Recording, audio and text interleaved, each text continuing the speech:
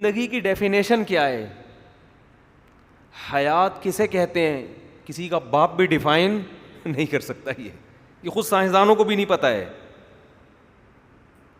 وہ ڈیفائن کریں گے کہ زندگی اس کا نام ہے کہ آپ کے اندر زندگی ہو. یہ کیا ڈیفینیشن؟ آپ آنکھوں سے دیکھ رہے ہیں, آپ دماغ سے سوچ رہے ہیں. کیوں سوچ رہے ہیں دماغ سے؟ کیا ہے اس کے اندر؟ یہ کسی کو پتہ نہیں ہے. بچے میں جب ماں کے پیٹ میں جان پڑتی ہے نا, تو یہ جان پڑنا ہے کیا؟ یہ کیا عمل ہوتا ہے جس سے بچہ ایک دم چلتا پھرتا, یعنی گھومنا, اور اس میں شعور بیدار ہونا شروع ہو جاتا ہے؟ یہ کسی کو معلوم نہیں ہے. بس پڑ جاتی ہے جان. یہ بتاتے ہیں کہ جیسے میں بھی بتا سکتا ہوں بھائی زندگی اس کو بولتے ہیں کہ حس, شعور ہے. تو بہت سارے مسئلے ایسے ہیں. تبھی بعض سائنسدانوں کا خیال یہ ہے کہ ہمیں کسی چیز کے بارے میں کچھ بھی نہیں پتہ ہے. یعنی بعض نے تو یہاں تک مبالغہ کیا کہ سب کچھ بھی نہیں پتہ ہے کہ یہ جو آگ جلا رہی ہے نا, آگ جلاتی ہے, آگ کا کام کیا؟ ہیٹ دیتی ہے. ہیٹ سے مالیکیول اس کے پھیلنا شروع ہو جاتے ہیں. اس سے ہم نے اندازہ لگایا ایک چیز ہیٹ ہوتی ہے. ہیٹ کیا کرتی ہے؟ پھیلاتی ہے. کیوں پھیلاتی ہے بھائی؟ ہیٹ پھیلاتی ہے, بس نظر آ رہا ہے. ہیٹ سے کی چیزیں کیا ہوتی ہیں؟ پھیلتی ہیں. بس اس سے زیادہ انسان کا علم نہیں ہے. سمجھتے ہو کہ نہیں سمجھتے؟ تو اس لیے بہت زیادہ جو آج سائنس کو اپنے اوپر مسلط کر لیا ہے نا, تو اتنا زیادہ سائنسدانوں کو فری کراؤ جتنا افورڈ کر سکتے ہو قیامت کے دن. میں نہیں کہہ رہا کہ سائنس کو فری نہ کراؤ, اس سے تو ترقی میں پیچھے رہ جاؤ گے. فری کراؤ, مگر ایک حد تک سائنس کو اپنا باپ بناؤ. خدا کے مقابلے میں سائنسدانوں کو لا کے نہ کھڑا کر دو بس, جیسے کہ ہمارا پڑھا لکھا طبقہ آج کر رہا ہے. اتنا سائنس کو ضرور فالو کرو کہ مائک کی آواز صحیح ہو جائے, جو کہ نہیں ہو کے دے رہی الفلاحیہ کی. وہ بلاؤ کہ ولید کو, یار اس کا ایکو ختم کرے, اس کا اتنی آواز گونج رہی ہے نا. اتنا تو فالو کرو. جو تجربے ہیں ان سے تو فائدہ اٹھاؤ. کہاں سے بیس بڑھانی ہے, کہاں سے وائس کو کنٹرول کرنا ہے, ایکو کہاں سے کنٹرول ہوگا, یہ چیز اتنا سائنس کا جاننا ضروری ہے. سائنس کو خدا کے مقابلے میں لا کے, مذہب کے مقابلے میں, مذہب کے اگینسٹ لا کے کھڑا مت کرو. شکر ہے الحمدللہ. تو مذہب کے اگینسٹ لا کے نہ کھڑا کرو, کیونکہ مذہب کس نے بنایا ہے؟ اللہ نے. تو آپ اتنا زیادہ ہر چیز پہ سائنسدان یہ کہتے ہیں, سائنسدان یہ کہتے ہیں, سائنسدان یہ کہتے ہیں. 200 سال پہلے کے سائنسدان یا 300 سال پہلے کے سائنسدان جو تھے, وہ یہ نہیں کہتے تھے کہ ہم ہواؤں میں اڑیں گے, ہم یہاں سے بات کریں گے اور سیکنڈوں کے اندر آپ کی بات امریکہ پہنچ جائے گی. وہ کہیں گے اگر اس وقت آپ بات کرتے کہتے یہ نہیں ممکن ہے.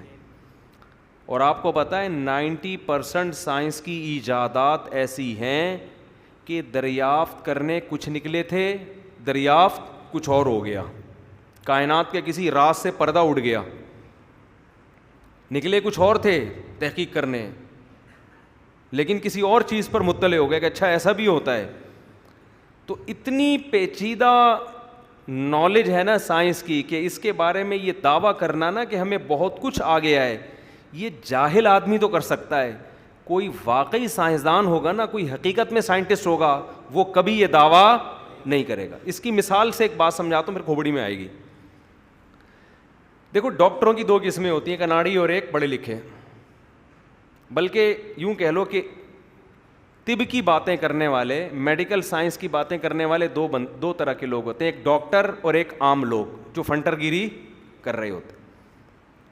جب آپ میڈیکل سائنس کی نالج کسی ڈاکٹر سے لوگے نا, تو اکثر وہ ہر چیز میں 2 چیزیں 2 رائے بیان کر رہا ہوگا.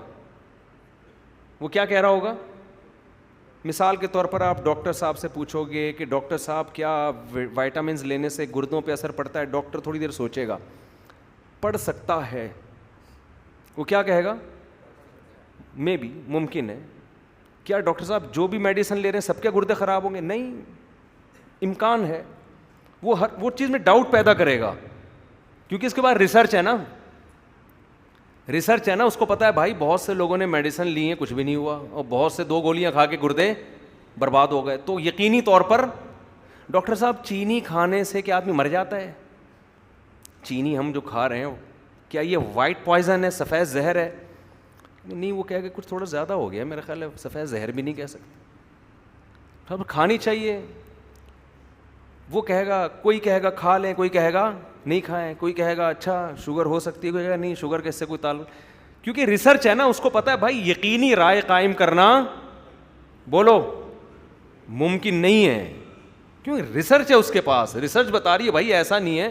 کتنے لوگ ہیں 99 سال تک گلاب جامن ہی پہ پلے ہیں, وہ صحیح ہے نا, لڈو پہ سیٹ ہو گئے تھے وہ 99 سال ہو گئی ان کی عمریں اور وہ سیٹ ہی لڈو پہ ہوئے ہیں, بچپن سے لڈو ہی کھا رہے ہیں, وہ نہیں مرے. تو وہ ہر چیز میں دو رائے, کہ بعض ڈاکٹروں کی یہ رائے ہے, بعض کی. ایک کینسر کے بہت بڑے اسپیشلسٹ ہیں ڈاکٹر خرم صاحب, نام لینے میں کوئی حرج نہیں, میں اکثر ان کا تذکرہ کرتا ہوں.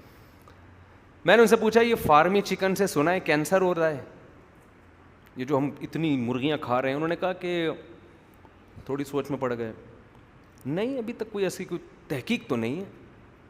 میں نے کہا کیا مطلب بالکل آنکھ بند کر کے پھر فارمی چکن پھوڑیں؟ انہوں نے کہا نہیں, احتیاط کریں تو بہتر ہے تو بہرحال ایک مصنوعی دیسی کھا لیں زیادہ اچھا ہے. ریسرچ کوئی ایسی خاص ابھی تک ہے نہیں, بہرحال دیسی یہ ان کی تحقیق. لیکن جو اناڑی ہوگا نا, جس کو نہ فارمی چکن کا پتہ نہ اس کی فیڈ کا پتہ, سارا دن بنٹے کھیلتا ہے, وہ پب جی میں لگا رہتا ہے, اس سے جب آپ رپورٹ پوچھیں گے, جو یوٹیوبرز ہوتے ہیں, یوٹیوب پہ سرچ کرو نا فارمی چکن, ابے بھائی تو زہر کھا لیتا, یہ فارمی چکن سے زیادہ بہتر ہے. کینسر کھا رہا ہے تو, کینسر. اچھا حکیم صاحب, یہ جو بھی, کیونکہ فراڈیوں میں حکمت کے نام پہ فراڈی بہت ہیں, حکیم صاحب یہ سفید چینی وائٹ پوائزن ہے کیا سفید زہر ہے؟ کہے گا زہر تو ہلکا لفظ ہے اس کے لیے. ایک حکیم صاحب تھے, صحیح حکیم کی بات نہیں کر رہے جو 2 نمبر ہوتے ہیں, کسی نے پوچھا کہ میں چائے پیتا ہوں, انہوں نے کہا کہ وہ گندگی کی طرف نام جو ممبر پہ لینا کہہ رہا وہ کھا لو زیادہ اچھا ہے چائے پینے سے. ٹھیک ہے بھائی, نقصان دہ ہے. تو یہ وہ لوگ ہوتے ہیں جن کی ریسرچ علم نہیں ہے نا, تو جو بات بیان ہوگی اس میں مبالغہ بہت زیادہ, کیونکہ تحقیق تو ہے نہیں, کچھ وہاں سے سنا, کچھ پولیو کے قطروں سے یہ برباد ہو گئی صحتیں, پولیو اور فلانا, اور ایسی بڑے بڑے پھینکو یوٹیوب پہ پڑے ہوئے ہیں کہ آپ کی سوچ ہوگی. اور یہ 99% پھینکوؤں میں پاکستان سرے فہرست پر. صحت کے حوالے سے بات کرنی ہو, مذہب کی بات کرنی ہو, تو مذہب میں بھی خوب سمجھ لو, جس کے پاس مذہب کی نالج بہت زیادہ ہوگی, وہ جب کوئی مسئلہ بیان کرے گا نا, اختلافی مسئلہ, تو وہ کہے گا یار اس طرف بھی دلائل ہیں اور دلائل اس طرف بھی ہیں. رفع الیدین کی بات آئے گی, کہے گا یار ہاں رفع الیدین کی بھی حدیث ہیں. اچھا نہ کرنا کیسے کہہ رہے ہیں؟ ہاں بعض صحابہ اس کے بھی قائل ہیں, اس پر بھی اپنے دلائل ہیں, کیونکہ اس کا علم کامل ہے نا. تبھی تو مجتہد میں اختلاف ہوا کہ دلائل دونوں طرف تھے نا, تو کسی نے اس کو لے لیا, کسی نے اس کو لے لیا. اچھا جی مفتی صاحب یہ زور سے آمین آہستہ آمین, یار اگر وہ حنفی ہوگا تو کہے گا بہتر ہے آہستہ آمین, کہ اگر کسی نے زور سے کہہ لیا تو کہیں کوئی چھت نہیں گرے گی, قیامت نہیں آئے گی. ٹھیک ہے نا. اور اگر زور سے کا قائل ہے وہ, تو کہے گا ہاں زور سے کہہ لو حضرت. اگر کوئی آہستہ کہتے ہیں, ہاں اس پہ بھی دلائل ہیں, بہت سے فقہا اس کے بھی قائل ہیں. تو جیسے علم بڑھتا ہے انسان کی رائے میں لچک آ جاتی ہے, لچک. اس کو پتہ ہے بھائی ادھر بھی ہے, اور لیکن جو جاہل ہوگا نا, اردو کتابیں پڑھ کے مفتی بنائے, وہ رفع الیدین کو ایسا بیان کرے گا ایمان اور کفر کا مسئلہ ہے. جس نے رفع الیدین نہیں کیا اس کی نماز قرآن و سنت کے بالکل اگینسٹ, کیونکہ اس جاہل کو پتہ ہی نہیں ہے, اس نے اندھی تقلید کی ہے, اردو کتابیں پڑھ پڑھ کے فتوے دے رہا ہے وہ بیٹھ کے. گولڈن سند ہے 8 رکعت تراویح پہ, گولڈن سند ہے. ٹھیک ہے نا. پھینکتا رہے گا, اور لوگ اس کے کانفیڈنس کو دیکھ کے کیچ کرتے رہیں گے. جیسے صحت کے حوالے سے یوٹیوب پہ جو سب سے بڑا چھوڑو ہوگا اس کی ویورشپ بھی اتنی زیادہ, تو مذہب کے حوالے سے جو سب سے بڑا چھوڑو ہوگا پبلک میں مشہور بھی سب سے زیادہ ہوگا.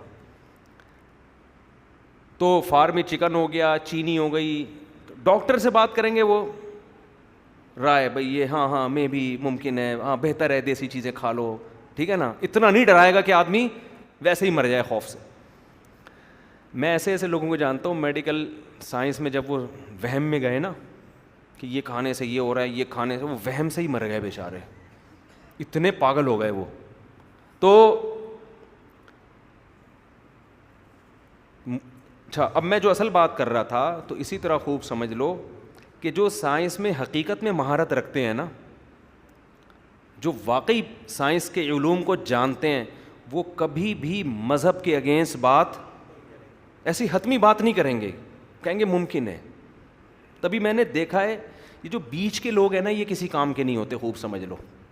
ہمارے ایک رشتہ دار تھے, دنیا بہت دیکھی انہوں نے, بہت زیادہ دنیا میں ٹریولنگ کی, بہت گھومے دنیا میں.